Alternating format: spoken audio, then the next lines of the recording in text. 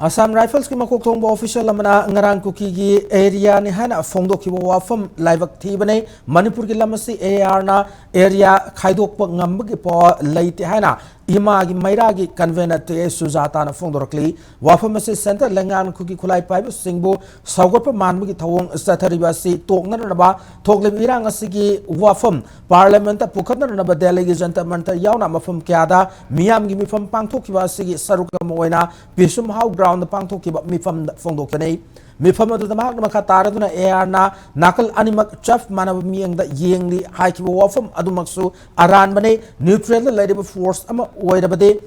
state force ki operation da AR na khud thingjin pam thokpra haina Assam Rifles ta wang hanglakli mana makha taraduna sugnu da state force ki police station mamang da AR ki gari khamjin du thamkiba more da state force sing operation tawan ki daba more da AR ki caps to mamang da Kuki khulai paiba singna utkiba thawong sing adu aran bani haga doribra uniform set pa mo waina thabak tawbada michang mikhai naidana aran ba khudimak chairak piu madu ngamloi da oirabade Manipur thaduk-tuna chakhiga da bani phongdokhi Meepham adu da maikai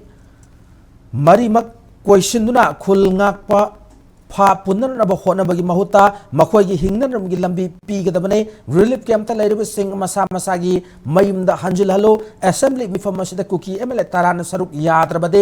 house ki leader na su makhoi bu lokthok da bane amade Assam Rifles na sogat laga sari bunker khudimak thugai ba amade Manipur da gi Assam Rifles lokthok ba haiba warip sing lauki Koi state sarkar da mamang da hajar pa matamda e hai khre tawgre haraga change tawthongnarani border ga dugi atai force la ga du semdok semjin tawgnarani haraga su wasi baw tawdaba aduga Assam Rifle na di tasengna Kuki gi lambi se tasengna mateng pangai habdi huji ge ngo khoi sona kanda tampak lom da khoi di mai kai mari pura thingaga leiba Imphal gi sigi area sida ngai sel abane aduga moi di ason wangma da lambi semaga kangpo pi kari kra loi chat pa yare chochampu de kangpo pi chat pa yab lambi semaga leire akhoi di ngasi yengu jiri da wa ताबदो ममा सिंग चटके हरगसु लाइरब लेतब ngatanina karigumbi umta upai leita leire Meepham adu da saruk ya ke ba khwaraman ima kaithal joint coordinating committee for peace ki ko convener why ivai mana Assam Rifles na micham kalle har office se maitai micham singbu mayum nagi hondok laga mayum makai mai thaliba asibura hana su wang hangli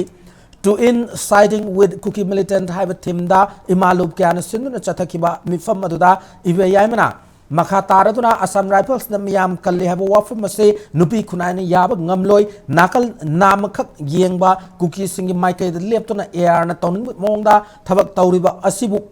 paliba lenga kasina athingba pidaba gini haiba wafam ase haiman ba thok loi phongdokhi paliba lenga kasina miyam gi awabu usinaduna Pham Kondun Laibi Yaroi Lakaturba Nongju Meepham the Manipur AR Lokthokpa Manipur Irang Waroisin Purakpa relief camp ta Laiba Miyam gi Yaifanaba Sinba Amade Kulngakpo Singi Matangda Wafam Khanagata Hanasu demand Torakli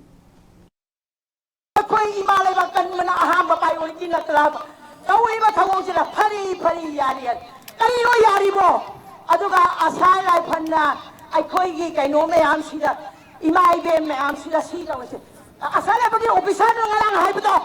tanai ke tawiba ingurang ne sangaga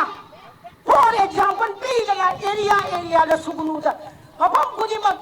bazar kali ni asale phale bazar kali ni ngarang opisan na hai ge ne mana bazar kali ni